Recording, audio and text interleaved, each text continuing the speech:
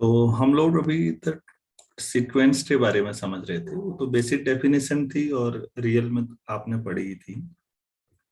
अब convergent sequence की अगर हम बात करें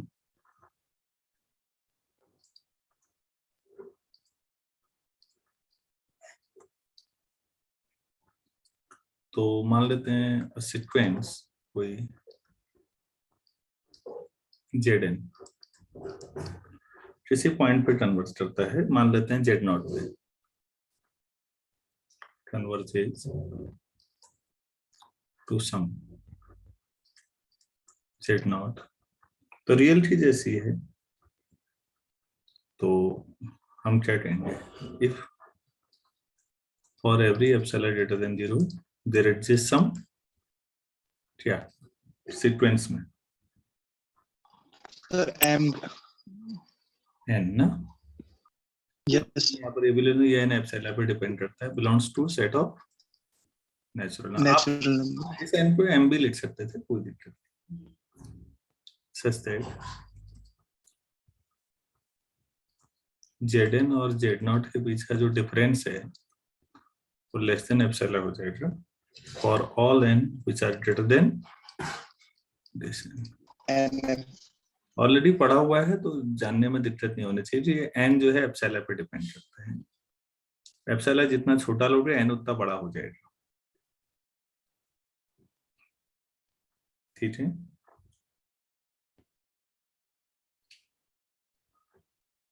अगर कोई कन्वर्स नहीं करता तो क्या कहेंगे? डाइवर्स करता है। यहां पर ऐसे भी समझ लीजिए ज्योमेट्रिकली थोड़ा सा। सपोज ये जेड नॉट है और ये एप्सिलॉन है। सीक्वेंस कहीं से चल रहा है हमें नहीं पता। ये जेड वन यहाँ है, जेड टू यहाँ है, जेड थ्री यहाँ है, जेड फोर यहाँ है, जेड एन यहाँ है एंड सो ऑन। कोई दिक्कत नहीं क्योंकि ये प्लेन में चल रहा है। सीक्वेंस कैसे भी चले, लेकिन एक टर्म ऐसी आनी चाहिए जिसके बाद के सारे सीक्वेंस फिर इस बॉल के अंदर होने चाहिए, फिर ये बाहर नहीं निकलना चाहिए। अगर एक टर्म ऐसी है, एक टर्म का मतलब वो नेचुरल नंबर होगा कि उस टर्म से आगे की जितनी टर्म्स है सीक्वेंस की, वो सब इस एप्सिलॉन बॉल के अंदर होनी चाहिए। ये बात समझते हैं ना आप लोग?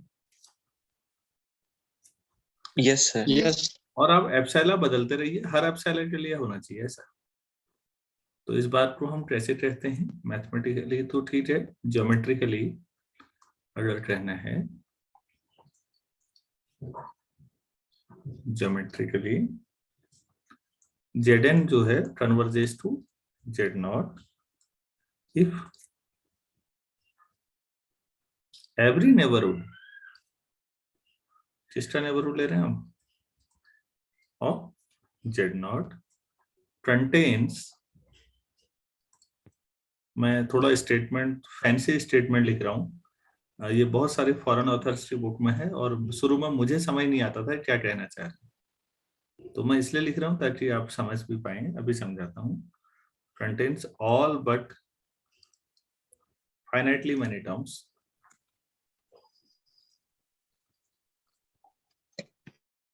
all but finitely many terms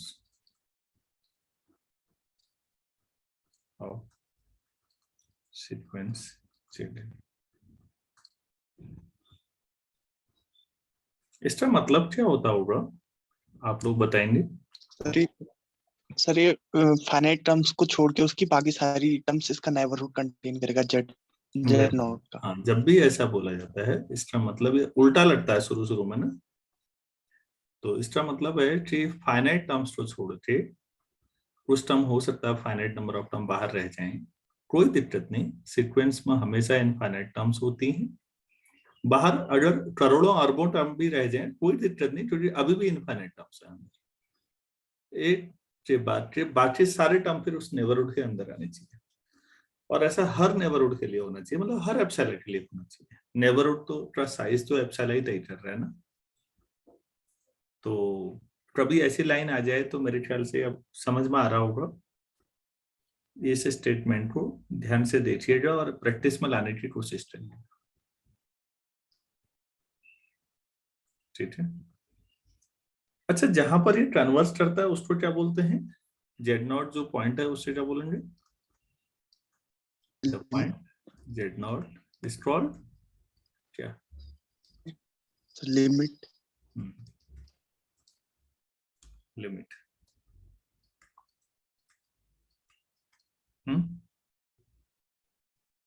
तो हम ऐसे भी लिख सकते हैं समटाइम्स। मैं सारी चीजें रिकॉल कर रहा हूँ जल्दी जल्दी, बस हो गया। आप ऐसे भी कह सकते हैं limit z tends to z n, यहाँ एन टेंडिंग टू इंफिनिटी, मतलब ये जेड नॉट होगा। या फिर कई किताबों में ऐसा लिखा होगा z n tends to z naught, ऐसा भी एक ही बात है।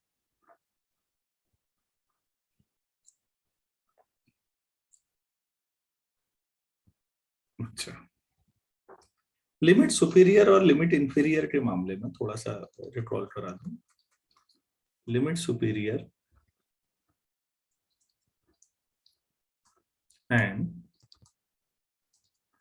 लिमिट इंफीरियर,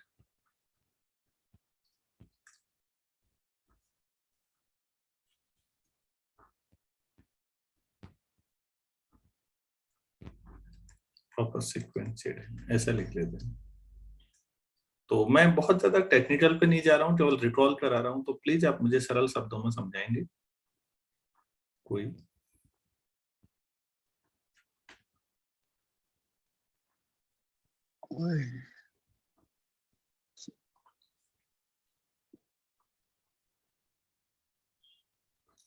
रियल नंबर का ही ले लो, अब लो इसको आर मान लो, लिख देते हैं। अब let r n be a sequence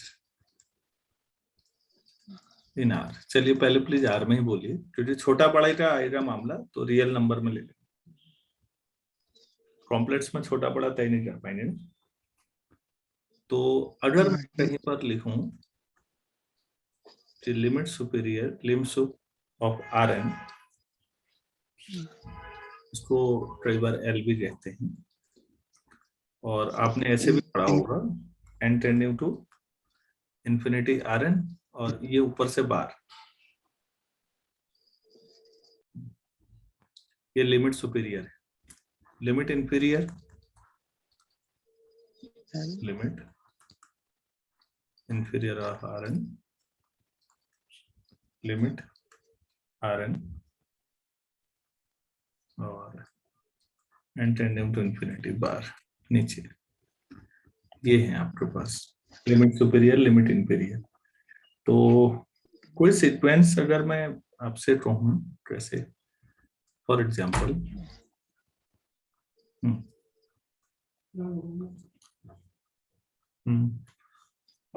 अभी पढ़ाऊंगा मैं थोड़े 20-25 मिनट और फिर।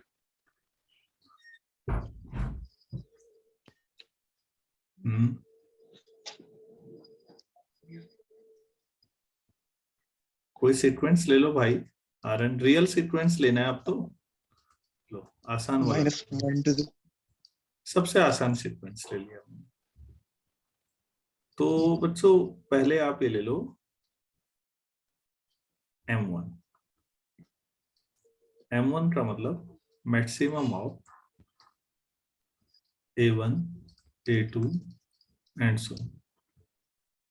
तो maximum of A1 first term आएगी -1 +1 -1 +1, इन सब में सबसे बड़ी टर्म क्या आई? 1। अब M2 ले लो, M2 जो होगा वो A2 से शुरू, A2 A3, पहली टर्म हटा के, तरीका समझिएगा प्लीज। 1 -1 1 and so on. अभी भी क्या आया? 1 ही आया। 1 हाँ M3 भी ले लेंगे ऐसे ही, तो समझ रहे हैं आप, फिर भी 1 A3 से शुरू करेंगे। अब ये जितने भी ये सुप्रीमम आ रहे हैं ना, मैक्सिमम वैल्यू, इन सबका सबसे छोटा ले लेंगे। अब इन्फीमम ऑफ इन सब बड़ों का M1 M2 M1 ये आपके पास कैपिटल L। तो बच्चों अभी क्या आ जाएगा ये, अभी तो कांस्टेंट 1 1 1 सभी 1 ही है, तो 1 ही आ जाएगा L, कैपिटल L। ऐसे ही अगर इसका वो निकालें, अब स्मॉल M1 M2 याद आ रहा है आप लोगों को, ऐसे ही पढ़ाया हो? यस हाँ, सुप्रीमम M1 डैश M2। अब हम स्मॉल निकालते थे M1, स्मॉल M1 होता था minimum of A1 A2 A3 and so on, minimum -1 1 -1 1 and so on. तो मिनिमम -1 आएगा, यही M2 M3 आएंगे और इन सब का फिर सुप्रीमम निकालेंगे। तो आप M2 भी -1 आएगा, M3 भी एंड सो ऑन। तो जो स्मॉल L होता था वो supremum of M1 M2 M3 and so on, और ये सुप्रीमम यहाँ इन सब का, क्योंकि कांस्टेंट सीक्वेंस बना देंगे ये सब, तो -1 ही आएगा। तो लिमिट इंफीरियर और लिमिट सुपीरियर दोनों आपने निकाल लिए। क्या ये सभी लोगों को समझ में आया, या कोई ऐसा स्टूडेंट है जिसको नहीं आया तो आराम से बताइए अभी मुझे। सबको आ गया? सर इसकी डेफिनेशन कैसे देंगे? हाँ जी, सर इसकी डेफिनेशन कैसे देंगे सर, लिमिट सुपीरियर और लिमिट इंफीरियर की? हाँ वो ज्यादा अच्छी क्लियर होगी। मैं अगर दूसरा एग्जांपल दूं कोई, मैं सीक्वेंस बदल देता हूँ।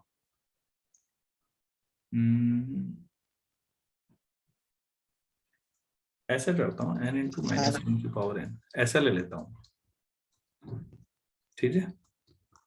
चलो अब बताओ भाई M1 का मतलब बच्चों मैक्सिमम A1 कितना होगा? -1 फिर 2 -3 -3 4 -5। अब बताओ यार, इन सब में सबसे बड़ा सर इन्फिनिटी प्लस इन्फिनिटी। 2 4 6 आ रहा है ना बच्चों, आप समझ रहे होंगे। M2 मैं डेफिनेशन 2-3 एग्जांपल समझा के दूंगा इस बार, और आप ही लोग बताएंगे लास्ट में, ठीक? ऐसा कह देते हैं, डेफिनेशन इसको बोलते हैं, कह देंगे आप। अब M2 जो होगा 2 से शुरू होगा, तो 2 -3 4। हाँ बाकी सब वैसे ही है। तो कितना आ जाएगा बच्चों? Plus infinity. आप लोग सभी लोग समझ रहे हैं, M1 M2 M3 सभी यही आएंगे। एक्चुअली अनबाउंडेड है ना ये सीक्वेंस। मैं इत्तेफाक भी ऐसा है कि एग्जांपल भी ऐसे का ले बैठा हूं, कोई बात नहीं। अब मैं L डिफाइन कर रहा हूं, तो वो क्या हुआ? Minimum of capital -1 M1 M2, M2 तो minimum of plus infinity plus infinity plus infinity and so on. तो फिर क्या आ जाएगा? अब ऐसे ही मैं दूसरा स्मॉल L निकालेंगे, -इन्फिनिटी में भी अनबाउंडेड है ना? यस स्मॉल L क्या आ जाएगा? अरे भाई ये समझ में सबको आ गया ना? सर प्लस इन्फिनिटी और minus infinity real number line में तो नहीं होता है, तो हम कैसे ले रहे हैं सर ये? तो हम कह देंगे कि ये एडजस्ट नहीं करते, उसको सिंबॉलिक वे में लिख देते हैं हम लोग। एक्सटेंडेड रियल लाइन ले लो। Yes sir.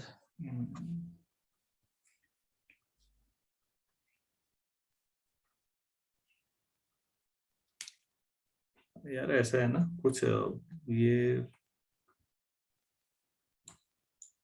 सही एग्जांपल नहीं आ रहे हैं। अब मैं कुछ अगला एग्जांपल उठाता हूँ। sin 3 अरे हो गया, 1/n लेते हैं। इससे क्लियर हो जाना चाहिए अब।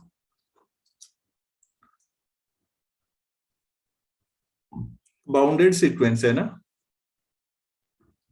चलिए आप यस लोग सर। बताइए M1 क्या होगा इस समय, मैक्सिमम ऑफ सर A1 कितना आएगा? 1 वन, 1/2, 1/3, 1/2 तो 1, 1/2, 1/3 एंड सो ऑन। इन सब में सबसे बड़ा 1। 1। अब M2 लेते हैं। इस बार आपको थोड़ा चीजें ज्यादा अच्छी समझ में आएंगी। मैंने एग्जाम्पल उतना अच्छा नहीं लिया शुरू में। A2 से शुरू करो बच्चों।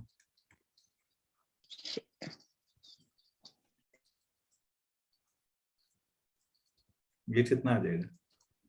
सब 1/2 1/2 ऐसे ही M3 सब 1/3 आप ये देखेंगे कि जो MN सीक्वेंस है हमारा M1, M2, M3 का, ये डिक्रीजिंग आ रहा होगा। यस और जो स्मॉल mn बनाएंगे हम, वो कैसा आना चाहिए नॉर्मली? इंक्रीजिंग। एक जगह अगर ये दोनों बराबर हो गए जब n इंफिनिटी को करता, तो भी आप कैंडिडेट कन्वर्स करते हैं। काफी हद तक रीमान इंटीग्रेशन याद आ रहा है? Yes sir. Upper sum, lower sum, upper sum decreasing. यार जब अपर बढ़ता जाएगा और लोअर घटता जाएगा तो वो कन्वर्स कहाँ करेंगे? एट जीरो पर। तो बच्चों कन्वर्स करने के लिए जो बड़ा है उसको थोड़ा छोटा होना पड़ेगा, और जो छोटा है उसको बड़ा होना पड़ेगा धीरे धीरे। अगर ऐसा हो रहा है कि दोनों कन्वर्स करें 80 पॉइंट पे, तब आप कहते हैं कि वो सीक्वेंस कन्वर्जेंट है। तो जो लीस्ट अपर बाउंड है, इन जनरल बाउंडेड सीक्वेंस, क्योंकि हम लोग जनरली बाउंडेड पे काम करते हैं, कन्वर्जेंट पे काम करना है हमें। कन्वर्जेंट में क्या होता है, लीस्ट अपर, ये लिमिट सुपीरियर और लिमिट इंफीरियर बराबर हो जाएंगे। तो इनकी बराबरी कब होगी? कॉमन सेंस लगाओ। एक चीज बड़ी है, एक चीज छोटी है, बराबरी कैसे हो सकती है? जब बड़ी वाली चीज धीरे धीरे कम हो रही हो और जो छोटी वाली चीज है वो धीरे धीरे बढ़ रही हो, तभी बराबरी की गुंजाइश है। Yes yes sir. सर। तो नॉर्मली यही फीचर होता है। आप यूट्यूब पे एक आध वीडियो अच्छा देखना, हमें भी बता देना, भेज देना, ताकि मैं औरों को भी भेज सकूं कि यार इसको देखो, सीखो अच्छे तरीके से। लिमिट सुपीरियर का कंसेप्ट बहुत महत्वपूर्ण है, चाहे जेएम की परीक्षा हो, चाहे नेट की परीक्षा हो, या एनबीएचएम का कोई और एग्जाम हो। अब M3 1/3 आ जाएगा एंड सो ऑन। अब हमें क्या निकालना है? Capital L. वो क्या होता है इन सब में? मिनिमम। M1 है 1, M2 है 1/2, M3 है 1/3। इन सब का मिनिमम क्या आएगा? 0। मिनिमम मतलब 1/n, जब n इंफिनिटी को जा रहा है ना। Yes sir. अच्छा, अब हम लेते हैं स्मॉल उसमें। चलो M1 minimum of 1, 1/2, 1/3 and so on. क्या आ जाएगा? 0। 0। अच्छा, ये M2 भी यही आएगा? Yes sir. Yes sir. M3 भी? तो जो स्मॉल l है वो आप मैक्सिमम लेंगे फिर लोअर का। तो ये M1, M2, M3 का मैक्सिमम आना चाहिए। ये 0, 0, 0 क्या आ जाएगा? 0। तो यहाँ पर लिमिट सुपीरियर और लिमिट इंफीरियर बराबर है, तो ये कन्वर्जेंट सीक्वेंस होगा। कन्वर्जेंस जो है सीक्वेंस की दिखाने का एक ये बहुत बेहतरीन तरीका है। ये आप इसको ऐसे समझिए। क्लियर हो पाया या नहीं हो पाया? मैं फिर कह रहा हूँ, मैंने एक, क्योंकि जल्दी में समझाना है, अब रियल समझाता तो मैं इसमें और भी एग्जाम्पल लेता, ये भी उतना अच्छा एग्जाम्पल नहीं हुआ, क्योंकि इसमें जो आपके M1 capital M1, M2, M3 वो तो ठीक बढ़िया बन रहा था समझने के लिए, स्मॉल एम वाला कांस्टेंट सीक्वेंस बन गया ना, ऐसा होना चाहिए था कोई जो नीचे से ऊपर को बढ़ रहा हो।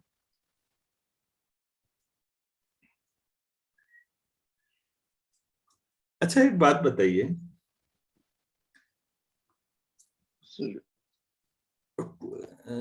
अगर A is a subset of B है तो supremum of A less than equal to supremum of B ठीक है या नहीं?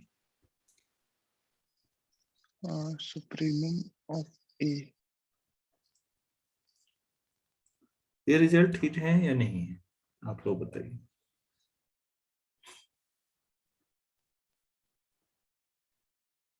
यस सर, ठीक है। ठीक।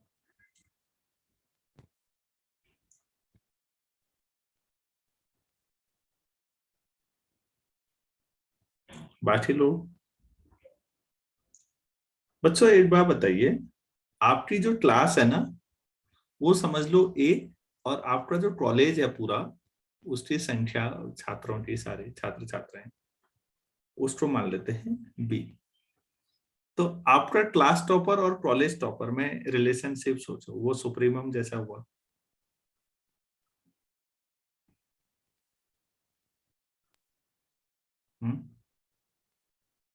Yes sir.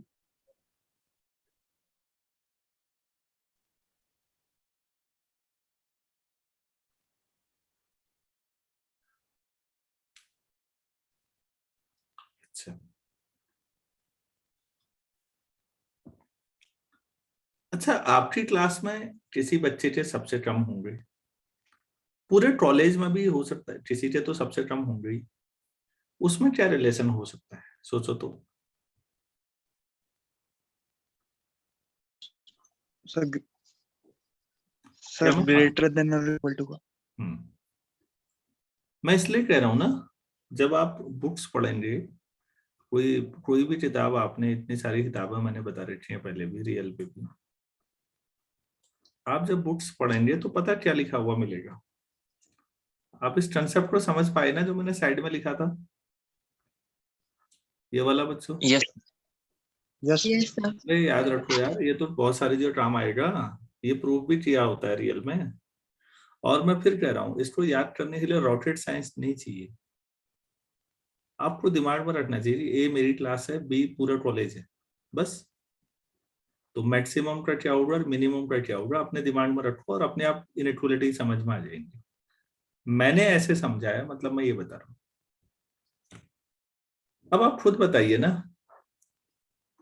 अब आपको नहीं लगता कि जो M1 होगा और जो M2 होगा, M1 A1 से लेके आगे सारी टर्म्स का सबसे बड़ी टर्म है, M2 A2 से आगे का है, तो इनमें ये रिलेशन होना चाहिए या नहीं इन जनरल? क्योंकि M2 छोटा सेट है, यस तो छोटे सेट का सुप्रीमम और बड़े सेट के सुप्रीमम में यही रिलेशन होता है या नहीं? Yes sir. Yes yes sir. M3 और छोटा A3 से शुरू हो रहा हो, तो हमेशा आप याद रखिए जो ये सीक्वेंस बनेगा दैट विल बी डिक्रीजिंग और कांस्टेंट सीक्वेंस, मतलब इस नॉन इंक्रीजिंग सीक्वेंस कह सकता हूं। यस सर लिमिट सुपीरियर निकालते समय अब सोचो ना, जिस बच्चे के कंसेप्ट क्लियर है, सवाल कुछ भी दे दो ऑब्जेक्टिव, कि जब लिमिट सुपीरियर निकालते हैं तो उसमें जब कैपिटल M1 M2 M3 निकालते हैं तो वो नॉन इंक्रीजिंग सीक्वेंस होता है, वो बढ़ नहीं सकता, या तो वो कांस्टेंट जाएगा या घटेगा। -1 की पावर n में आपने ड्रॉ किया था, वो कांस्टेंट जा रहा था, पीछे देखो अभी अपने नोट्स में -1 की पावर n वाला जो था ये था, कहाँ गया? अरे भाई सब 1 1 1 आ रहे थे ना, यस यस M1 और लास्ट में 1/n वाले में देख लीजिए आप, तो आप उससे समझिए इन जनरल, ऐसा हो जरूर होगा। ऐसे ही बच्चों स्मॉल M1 में सोचिए, इसका उल्टा होना चाहिए या नहीं? इन्फिमम में छोटे में जब होता है तो रिलेशन ये हो जाएगा। तो इसका मतलब ये भी तो पूछा जा सकता है, नॉन ये घटेगा नहीं, या तो बढ़ेगा या कांस्टेंट है। नॉन डिक्रीजिंग फंक्शन, सीक्वेंस भी हाँ फंक्शन ही हुआ, तो ये नॉन डिक्रीजिंग है। क्लियर हो पाया या नहीं हो पाया ये सारी चीजें?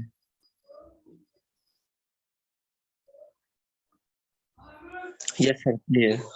Yes. हम्म।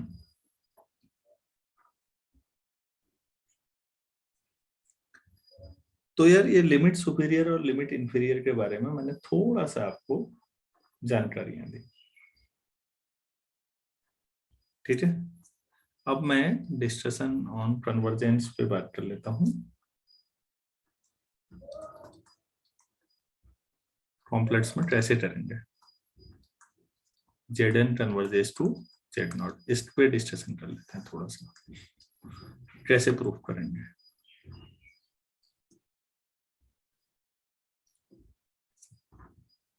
तो Zn मेरे पास Xn प्लस आयोटा Yn है, और जो Z0 है X0 प्लस Iy0 है, हमने ये ले लिया।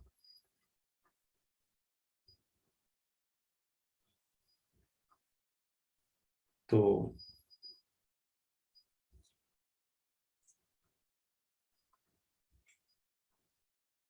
let Zn converges to Z0. This implies for every epsilon greater than 0, there exists some n, ठीक है ना, n कोई नेचुरल नंबर होगा, such that Zn minus Z0 mod less than epsilon for every n greater than n epsilon.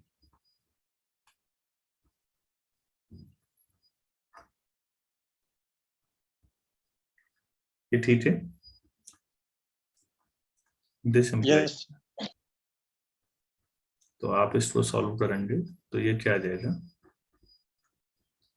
Xn minus Zn minus Z0 ऊपर करोगे X0 minus, और complex number है, mod का स्क्वायर सब जानते ही हैं, Yn minus y mod square less than epsilon for every n epsilon. ये भी ठीक है, एक ही बात है ना ये? Yes Yes, sir. अच्छा एक बात बताइए, Xn माइनस X0 स्क्वायर, दूसरे को 0 समझ लो, this is less than Xn minus X0 square plus Yn minus Y0 square, ऐसे लिख सकते हैं, for every n greater than n।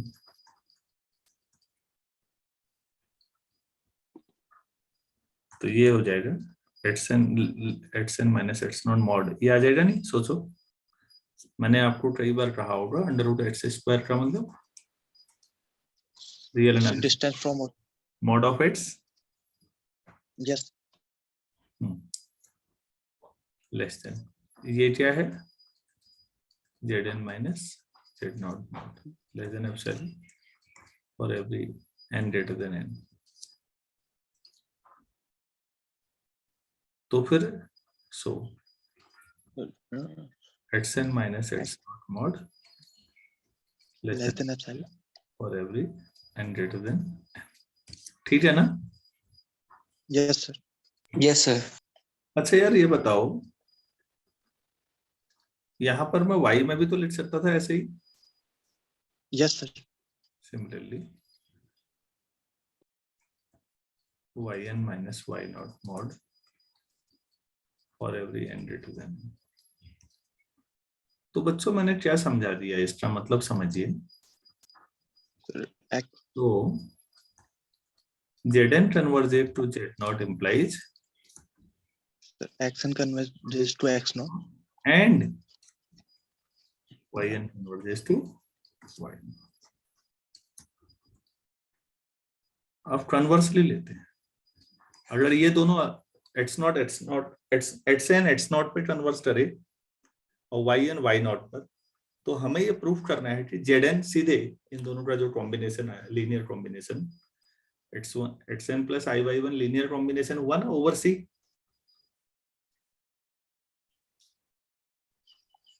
Yes. तो इसमें तो कुछ है नहीं करने के लिए, अब रिवर्स पार्ट ले लेते हैं. Late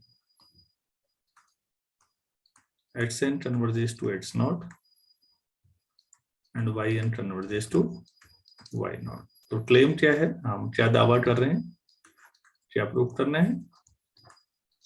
Zn converges to Z. हाँ, ये प्रूफ करना है. Since Xn converges to X naught, हमें ये गिवन है. दिस implies लेट एक एप्सिलॉन तय कर लेते हैं. एप्सिलॉन ग्रेटर देन 0 भी गिवन. पहले एक एप्सिलॉन तय कर लें. There exist some n1 such that Xn minus X naught less than epsilon for every n greater than n. एक नंबर मिलेगा n1 जिससे आगे फिर ऐसा हो रहा होगा. कन्वर्जेंट है तो होगा ही ऐसा. फिर दोबारा सिंस Yn Y नॉट पे कन्वर्ट कर रहा है, देयर एग्जिस्ट सम कोई ऐसा नंबर मिले Yn minus Y naught mod less than epsilon for every n greater than equal to n2. अब क्या करना चाहिए, याद है? Maximum of M1, N1, N2. Very good. Maximum of n1 n2 में जो बड़ा है वो ले लो यार.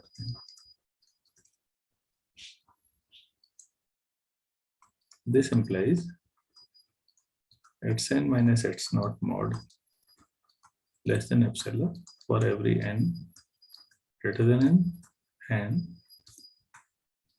Yn minus Y naught.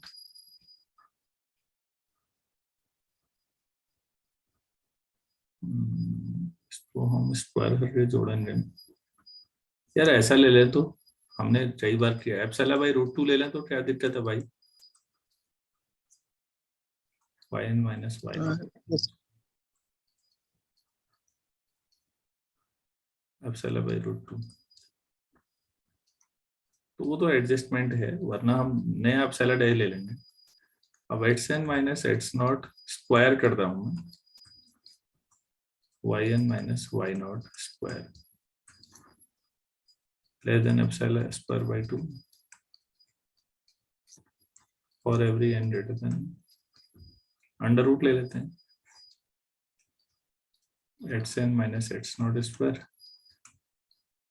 Yn minus Y naught square फिर less than epsilon for every n greater than n.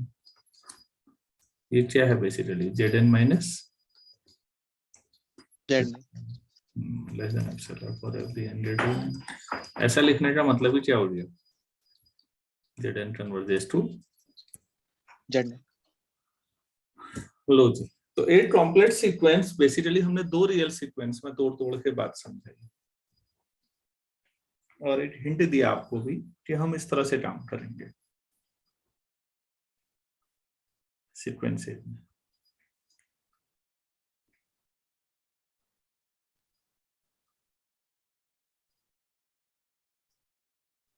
Clear है सभी लोगों को? यहाँ तक कोई डाउट नहीं है? Yes sir.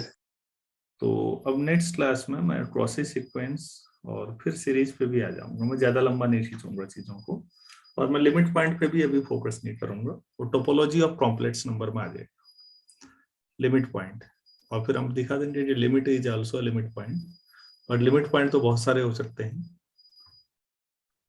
लिमिट तो यूनिट है, अगर वो एडजस्ट करेगी तो, नहीं करेगी तो अलग। तो ज्यादा अच्छा है, आपसे रिक्वेस्ट भी है, रियल सीक्वेंस एक बार पूरा रिवाइज कर लीजिए, आपको लगेगा कि अरे यार वही चीजें चल रही हैं, कोई नया नहीं है। इवन मैंने जो आपको टेस्ट बताए हैं बच्चों, ratio test, comparison test, cross root test, proof भी कराए हैं, आप वहां करोगे, मेरे लिए यहाँ चीजें आसान हो जाएंगी, कर लीजिए। चलिए कल सुबह मिलते हैं 7:30 पे।